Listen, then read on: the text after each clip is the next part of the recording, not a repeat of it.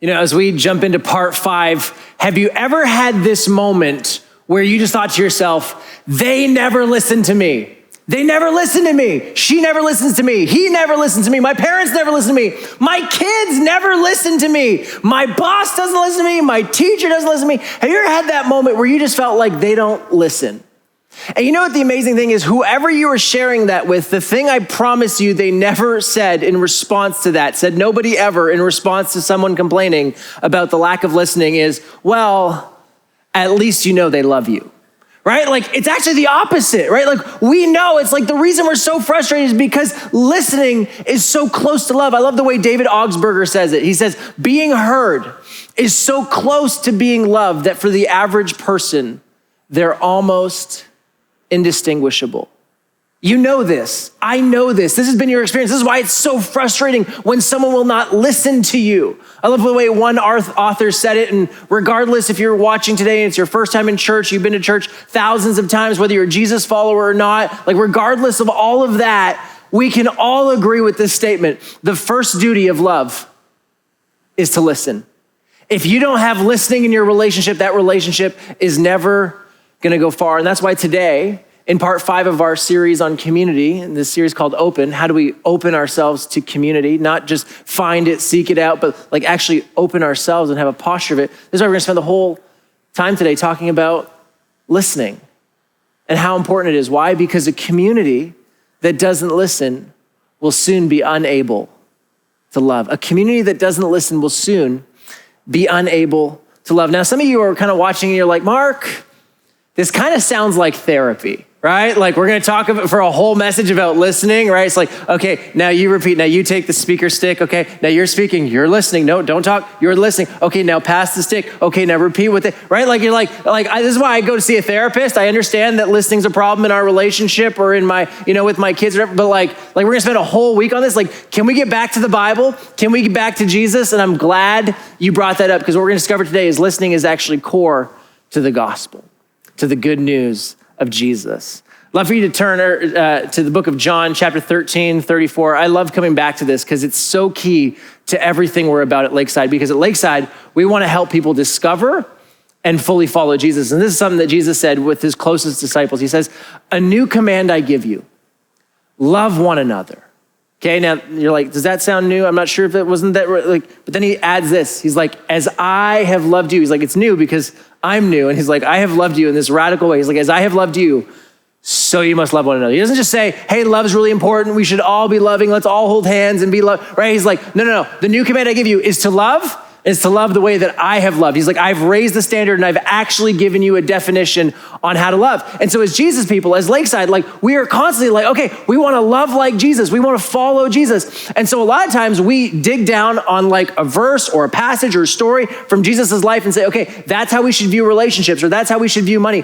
But every once in a while, like we're going to do today, we zoom out and we take a 30,000 foot view on the life of Jesus and we look for themes of the posture and the way that he lived. And we say, that's important too. So we don't just look at a story, but we actually look at an entire gospel narrative like Matthew or Mark or Luke or John. And we say, what are the themes in Jesus' life? And when you look at the life of Jesus, there's a question that Jesus asked more than any other question. And some of you, maybe you're not religious. You're like, maybe it's like, why do you guys keep doing that? Or why do you keep screwing up? That's not the question.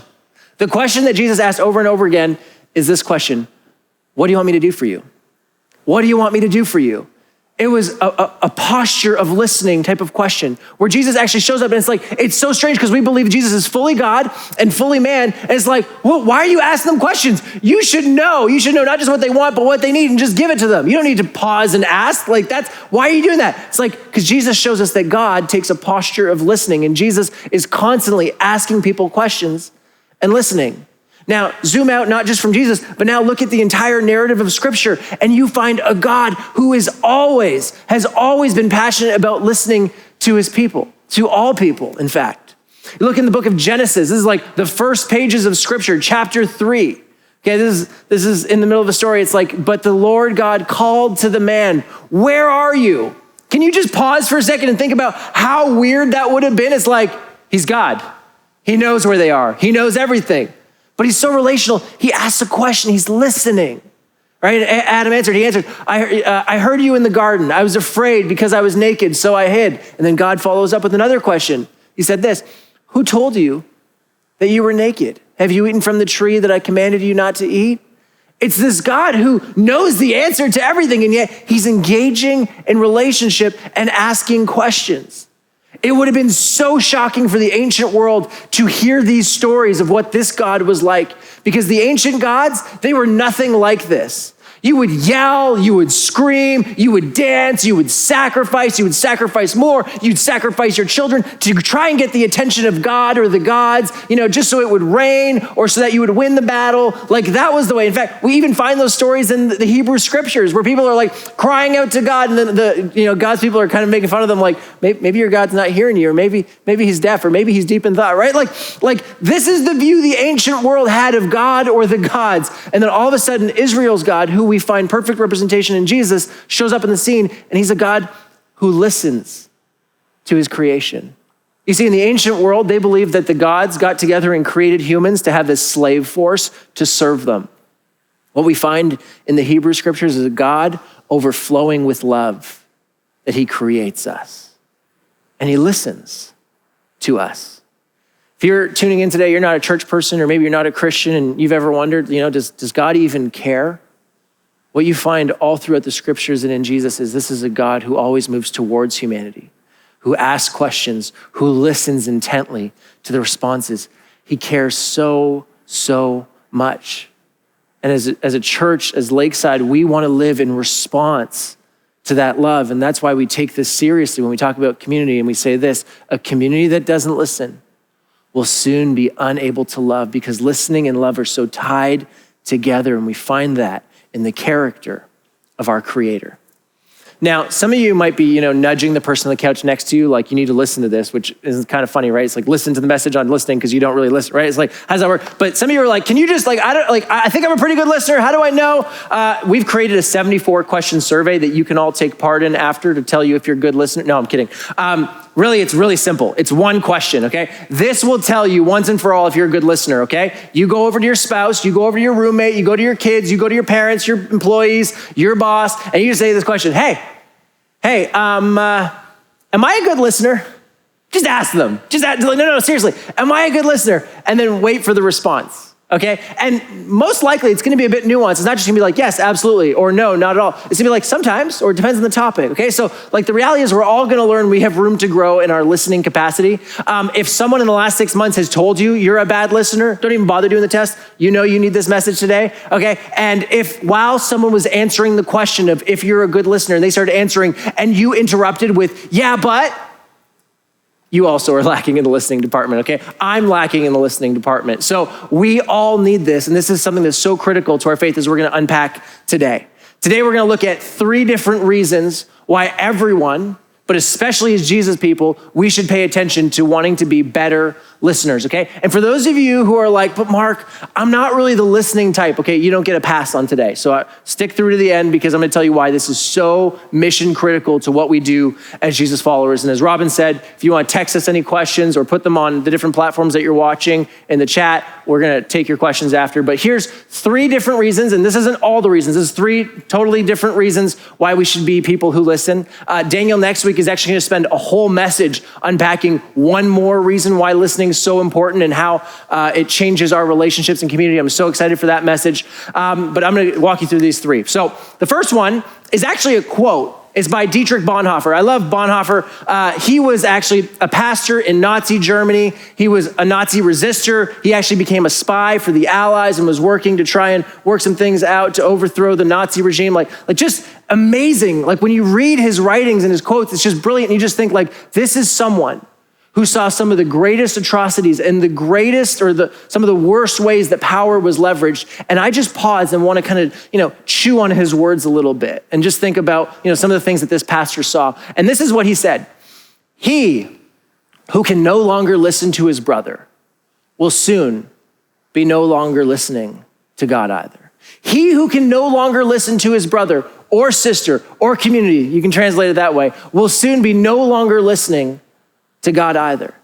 And this week, I just kind of sat with that quote and I wrestled with it. And let me just let you into my brain process for a second of how I kind of made sense of that quote, because I was really wrestling with it, okay? So first things first is, I don't believe that there's such thing as a bad listener, okay? Now let me even qualify that, okay? If anyone is like a card carrying, I have permission to be a bad listener, it's the guy with the diagnosis of ADHD. Like, I'm literally licensed to be distracted all the time. Ask my wife. I have like tendrils everywhere. Like, I'm constantly distracted, okay? And yet I even don't believe it is possible to be a bad listener.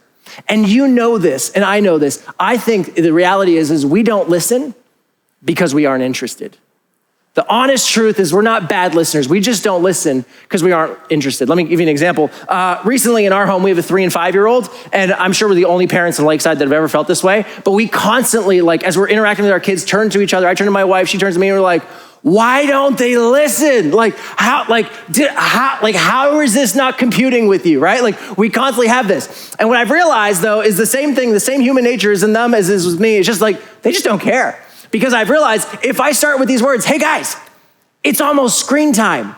And all of a sudden it's just like, oh, they're listening. I'm like, and before we can have screen time, you got to clean your room, go to the bathroom, grab your snack, and tidy up the living room, right? And it's like, all of a sudden, my kids are geniuses. They can memorize things. They can do things. They can not get distracted. It's like they care.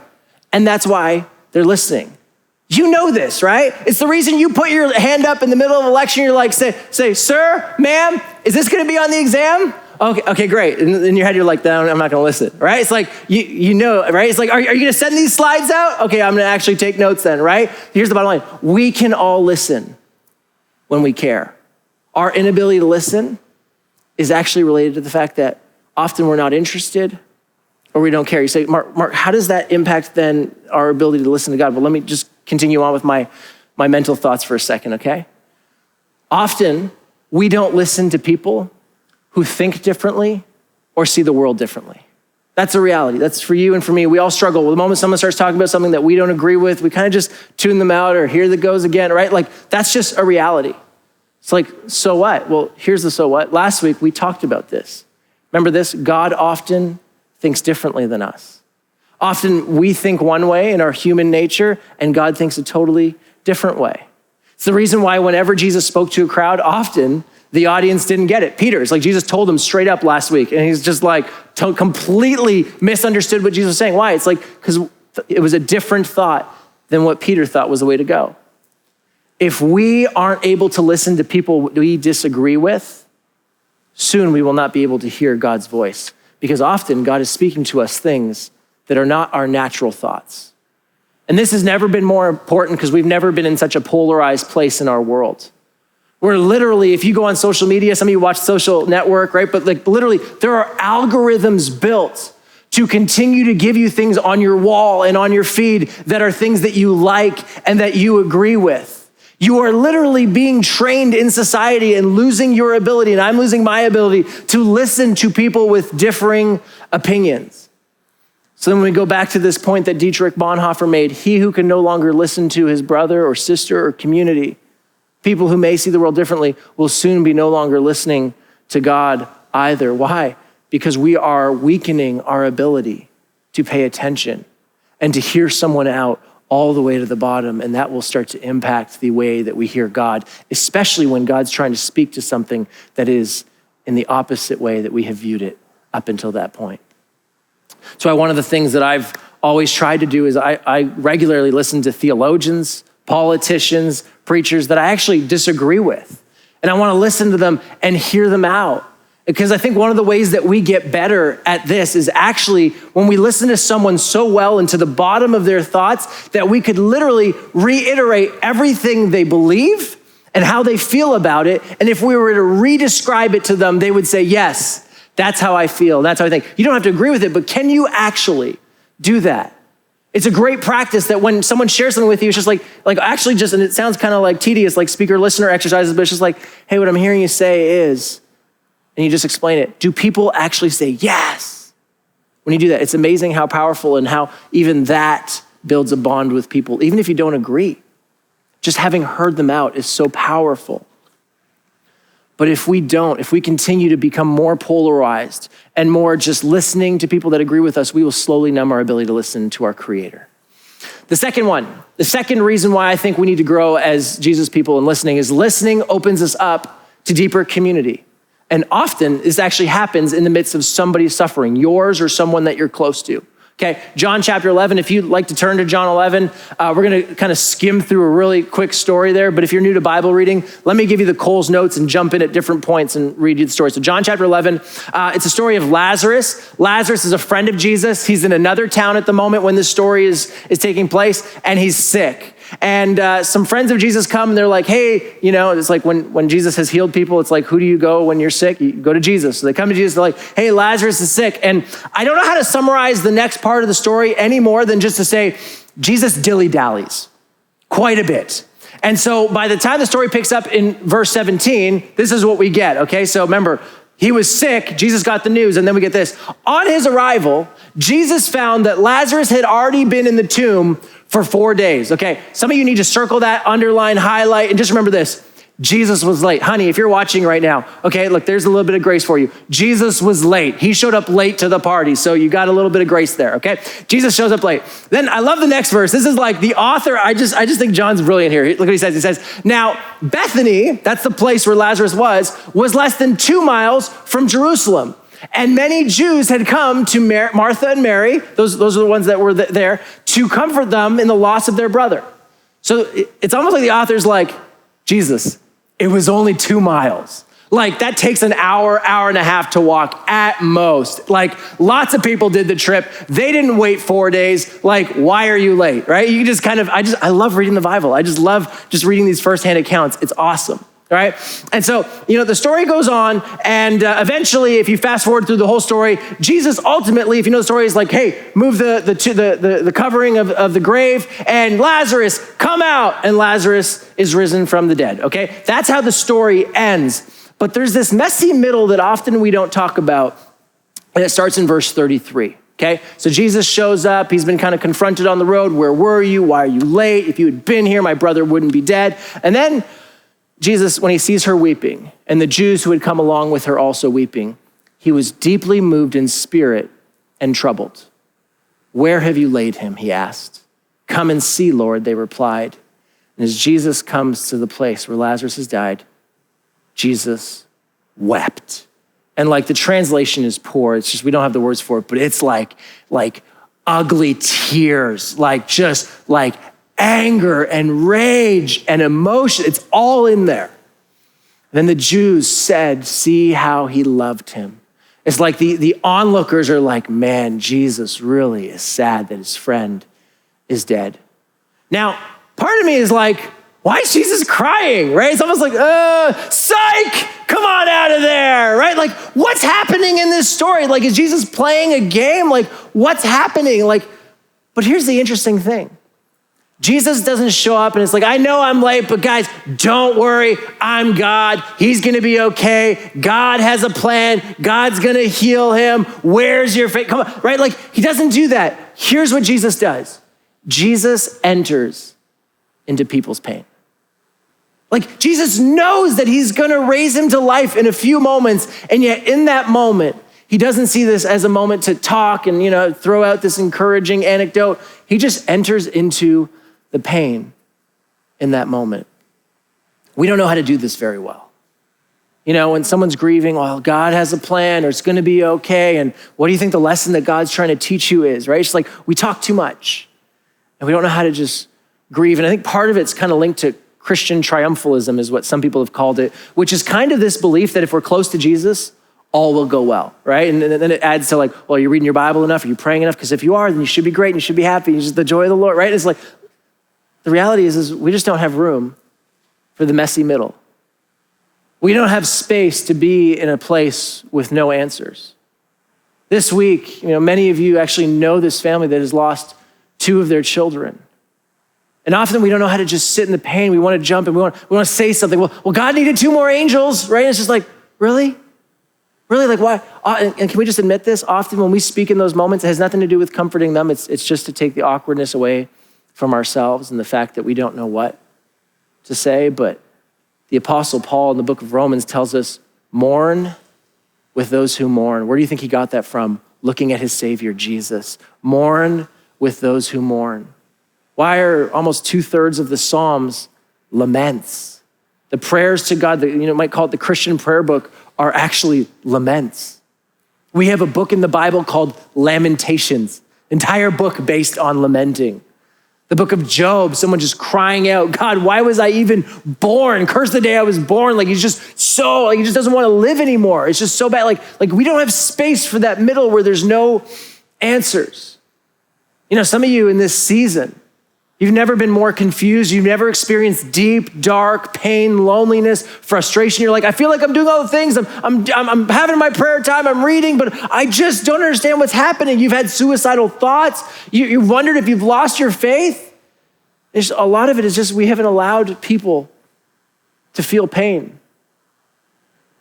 We don't allow others to share what they're feeling, at least not without jumping in and throwing in, but God, hey. And not to say that's not true, not that we don't have a God of redemption, but like Jesus wept moments before he rose someone from the dead. I love the way Parker Palmer says it so beautifully. He says, when I went into a deadly darkness that I had to walk alone, the darkness called clinical depression, I took comfort and drew strength from those people, few people, who neither fled from me nor tried to save me, but were simply present to me. The way that I often like to say it is, presence is your greatest present.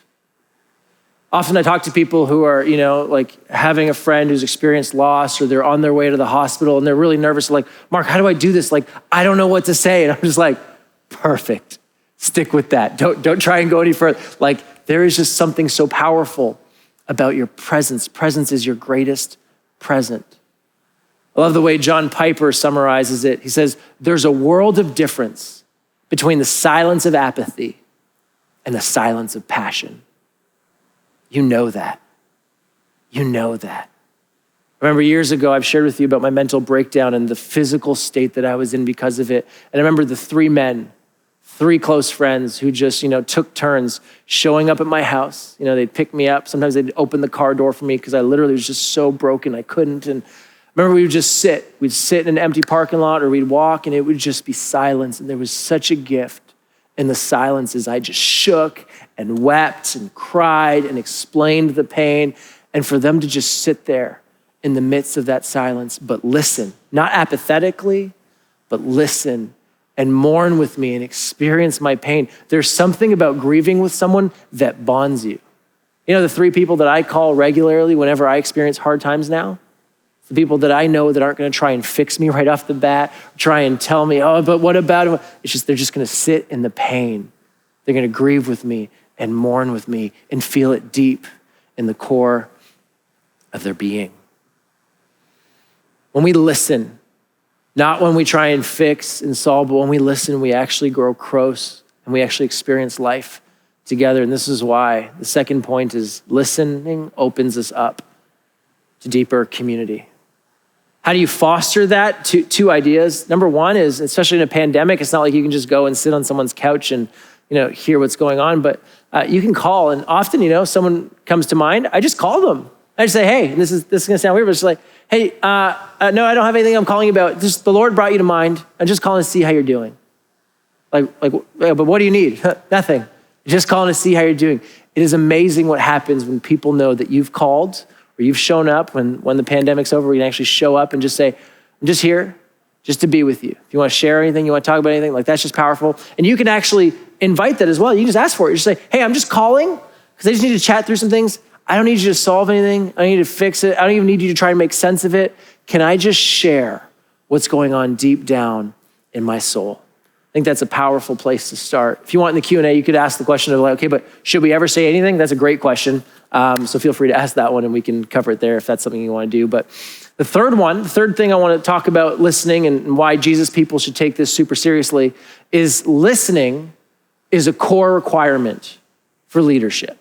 Some of you are like, Mark, I disagree with that. In fact, most of the leaders I've had in my life do not listen. Maybe it was a pastor, maybe it's your boss, maybe it's your teacher. It's like, no matter what I try, like they're in charge and they do not listen. And I'll say, exactly, that's the point. That would be bad leadership. And there was something in the core of your being that knew that that wasn't right and it shouldn't continue. Bad leadership, the kind of leadership that doesn't listen, is what keeps oppression hidden and sustained when leaders refuse to listen. You see this all around the world. You see it on massive scales when governments are oppressive. They're oppressive when they don't listen to their people. Think about the news this week in Myanmar, where the military coup just took over. Why? They didn't want to hear anymore. It's like all the people wanted a democracy. They were fighting and trying all different ways to make a democracy work. And then some strong man comes along and is just like, never mind, I'm taking over. And by the way, I'm cutting off all your internet connections so you can't interact. It's like, I'm not listening. Governments can be oppressive. Society itself, not even talking about the government and things that are mandated and legal and illegal, but society as a culture can choose to not listen to people or certain groups of people and therefore becomes oppressive. Just think about the Me Too movement that has blown our world open in the last few years. Do you think the Me Too movement would have blown up the way it had if we as a culture had decided years and years and years ago to actually listen to and believe women and people who had experienced trauma and sexual assault? Do you think we'd have this problem if we as a society had listened better? No, because of course not, because decades ago, we decided, even centuries ago, we decided to numb that part. We know this. I remember years ago, I had my bicycle stolen and I went to report it. Nobody asked me when my bicycle was stolen what I was wearing. Nobody asked me if I happened to have said anything that would have made the thief think I was wanting them to take it. But as society, we can actually have certain things that we're just like, we just don't listen, we numb ourselves to, and we don't even realize it until years later when people blow the whistle on it. The racial reckoning of this summer, what was it? What was at the core of it? It's like people aren't listening. People won't hear our story. We just want you to listen for a moment. So much of society's problems that we have all around us are because we don't take a posture, the Jesus posture of listening. And one of the most healing things we can do on the flip side of that is to listen. Jesus listened. The church, the Jesus community needs this inside and out as a posture. First from our leaders and then from every single Jesus person. People who listen to God and listen to others. It's one of the reasons why I'm so grateful our team was willing to do a survey. And you were gracious enough to fill it up. Almost 200 of you filled it out last week. And I remember, and listen, listening's not easy. I had to be honest. Like when we were kind of as a lead team, like, okay, everyone's going to go through the survey results and start, going through the initial responses and just processing it. I was like, hey, honey, want to come and sit next to me and just hold my hand as I kind of open these up and start reading them, right? Like, it's not easy to listen, but that's the posture we're called to as Jesus people. And side note, if you haven't done the survey yet, especially young people, young families, I know you're drowning right now. If you just take 4 or 5 minutes, it's multiple choice, just go to our website, hit the survey button. Like, we are listening. We want to hear from you. We want to know how we can serve you best. That is just so core to who we really believe that we're called to be as a church. Now you're saying, okay, Mark, that's great. I'll do the survey, but like, what else can we do as Jesus people? Well, first of all, let's stop celebrating and empowering a model of leadership that doesn't listen to people.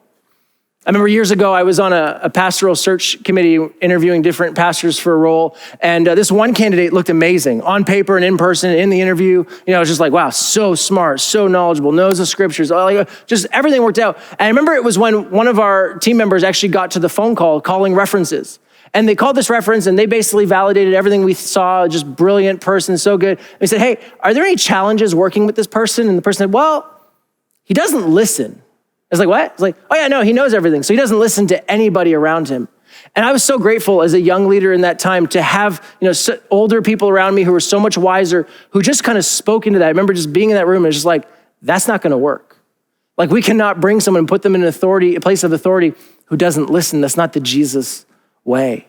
Let's stop celebrating and empowering a model of leaders that don't listen. Our society is drawn to the strong man model. Somebody's just going to take control. The William Wallace in Braveheart, who's just like got a plan and I don't need to listen to anyone else. I'm just going to bulldoze my way through. That's not the Jesus way.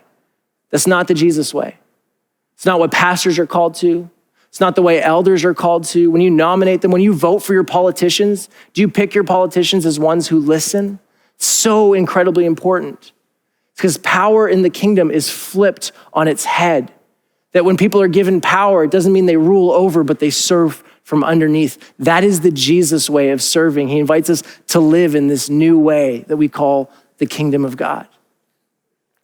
And you're like, well, Mark, I'm not in any position of authority. I'm not a pastor or a politician, or I don't have any employees that report to me. Do you have a small group? Do you have a Bible study? Do you have kids of your own, or kids in Lakeside Kids or youth? You have influence. Do you leverage that influence to listen in a greater way? Friends, here's the bottom line. And I could go on and give you 10 more examples of the way in which Jesus followers need this, but just remember this. The first duty of love is to listen. A humble posture in a conversation is always to listen. Imagine how our world would be different if politicians, if religious leaders, if organizational leaders, CEOs, if parents, if kids, if youth, if teachers, if we had this posture of listening to people and to God. It is the first duty of love to listen. And if you're here today, you're not a church person, you're not a Christian, isn't this something you long for? Like, isn't this a thing you feel like you just want people to listen? You just realize how important it is. You just need to know there is a God who we discover perfectly in Jesus, who listens to you, who loves you, who wants relationship with you. Jesus came to show us what that God is like. And Jesus flipped it completely around. Jesus was God, and yet he didn't take that power to rule over people, but he flipped it and he served people all throughout his life, and then ultimately through his death on the cross. And you need to know that wherever you see a crucifix, whether on a building or on a chain somewhere, you need to know this fact, that what you discover in the cross is the entire essence of the Christian faith, which is simply this, that God would far rather give his life for someone who's against him than fight them. That God would give his life instead of wield his power to defeat someone, because he loves you and loves me so much. And then 3 days later, this is the best part, he actually conquered death. He rose from the grave. He has victory, ultimately declaring the only way forward is never the strong man model that we see all around the world, but it is humility, to get below and to sacrifice and serve your fellow human being. And he invites us into relationship with him. He invites us to allow him into our lives, to reign in our hearts. He invites us to live as members of a new community that he called the kingdom. And he invites us to open ourselves to a new way of living. And that's what we call Jesus following at Lakeside. And if you're interested in that, if you'd love to talk more about what that looks like to have a relationship with Jesus, to live in this new kind of community, reach out to us. Send us a text, click on our website in the Next Steps page, fill out a connection card. We would love, love, love to answer any questions to help you begin and to continue to follow Jesus. So with that said, let's just pause here and let's jump over to the Q&R and see if any questions have come in, and then we'll close in a few minutes. Great. Yeah, no, we have a question from Facebook. Okay. What if your thoughts and ideas are so strong you can't hear what others are saying? Kind of self-answers, maybe? Pardon me? You think it self-answers a little bit? Yeah, I think that's the whole point, is then you really need to listen. Yeah. And I think then the first thing you need to do is, and maybe the hardest thing is, get to that place where you can ask that question, which is, hey, I've heard you. Have I heard you correctly? So start adding that practice in. You'll probably, the first few times, they'll be like, that's not what I said at all. And you're like, okay, let's try this again. Tell me again. And you just keep trying it. But that's actually a really humble place to be able to say, I'm so strong in my thoughts, I don't listen to others. So thanks for that, honestly. And that's, yeah. And if you're asking for a friend, that's great. You know, there's nothing we can do, actually, to have others hear us. This is our responsibility to be the listeners. Yes. I mean, if you are asking, because you've tried to speak to someone and they're not listening, there's really nothing you can do about their listening. It really just comes back to us, our listening, our posture. I thought you just yell louder. Like if they're not listening, just, no, yeah. Try that, sure. Yeah. And I think the other thing is how we come to the conversation. And this hits close to home for me. Do we have to have the last word? So if we come to this listening place thinking, I'm going to listen so that I can find all the faults, so that I can come back with the right answer and convince, right? So then it becomes a competition, a winning. Yeah. But if if love is the motivation, and I'm speaking to myself, if love is the motivation, and we don't have to have the last word, we're just listening to hear that person's heart and to honor them. Do you think? I love that in the sense of like, so someone who just doesn't listen to you, and that's what we're talking about. She's like, well, what if you just took the posture of just listening to them? It's like, because that's what Christ says, right? Like, love others the way you want to be loved. It's like, okay, so you may not give that to me, but I will give it to you fully. Yeah. I love that. It's hard. That's a great, thank you. Gotta say, it's hard. The other question is similar in a way. If listening is loving, should we listen to people who hold bad theology? Should we listen to people who hold bad theology? That's a great question. Often, I think we have fear, but maybe just say, you should listen to everyone.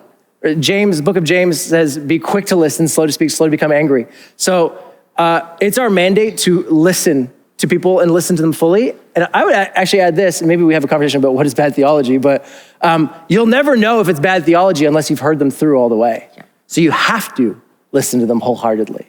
Yeah. And, we we don't have to look very far back in history to see, for instance, Martin Luther.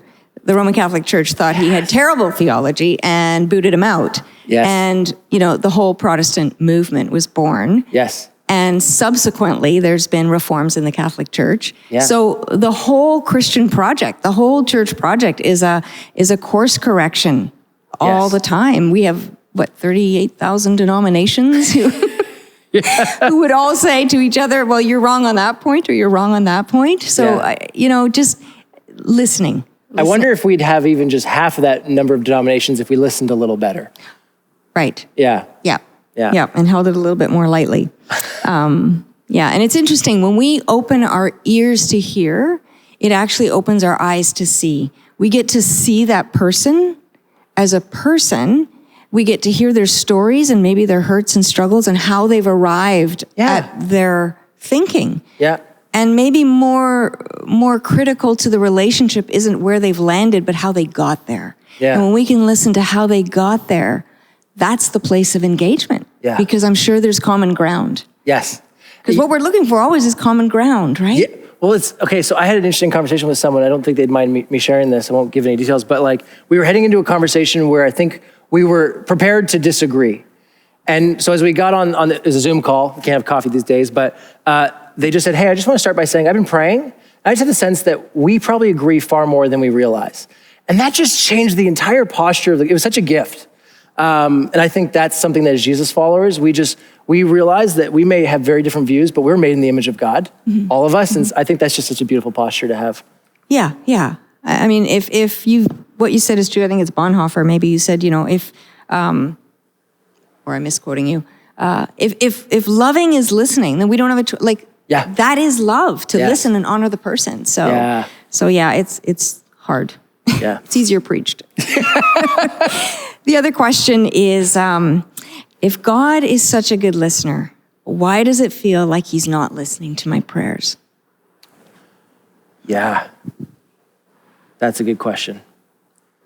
And I'm sure there's a lot of people feeling that right now. Yeah.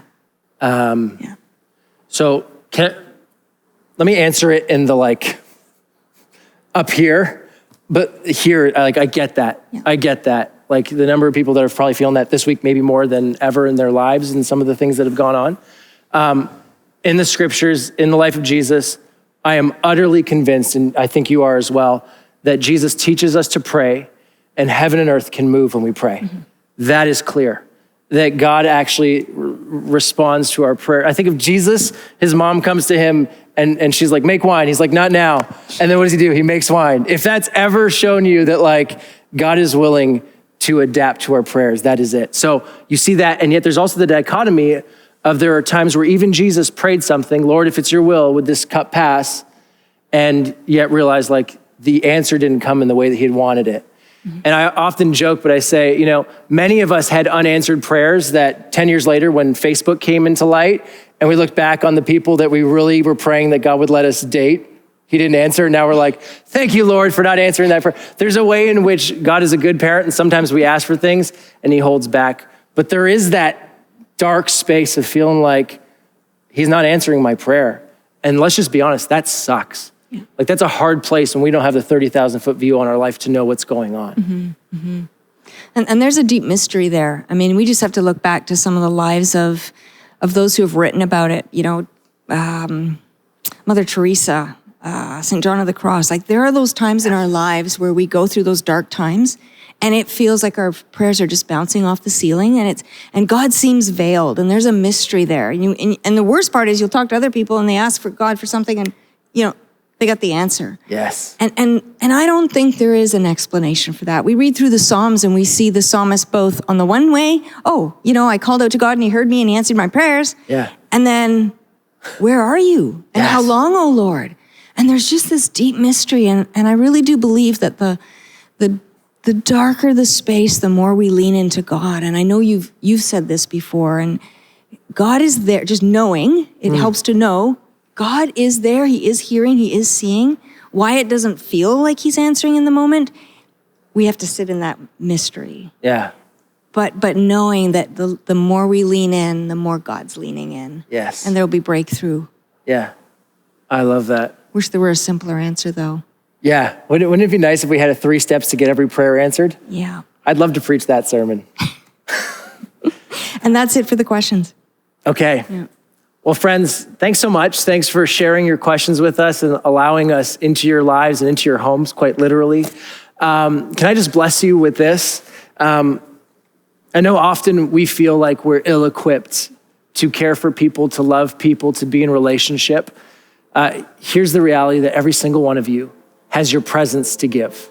Presence is your greatest presence, as we talked about. And so can I just encourage you this week to leverage that presence in the way that Christ did, to come down and be present with others in whatever creative ways the Holy Spirit would nudge you this week.